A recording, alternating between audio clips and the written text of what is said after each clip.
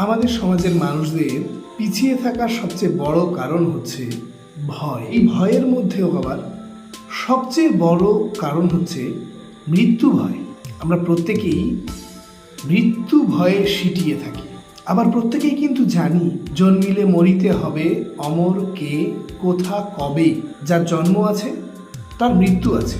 কিন্তু এত সব জানা সত্ত্বেও মৃত্যু ভয় অনেকেরই কিন্তু পেছনে তাড়া করে বেড়ায়। শোনো বন্ধু, জন্মেছ মরতেই হবে। তোমার হাতে ভবিষ্যৎ নেই, তোমার হাতে আছে এই মুহূর্ত, এই সময়। জীবিত থেকে বারবার মরো না। জীবিত আছো যতক্ষণ, ততক্ষণ তোমার আশা, আকাঙ্ক্ষা, স্বপ্ন তুমি পূরণ করার চেষ্টা করো। মরে গেলে এগুলো আর পাওয়া যাবে না।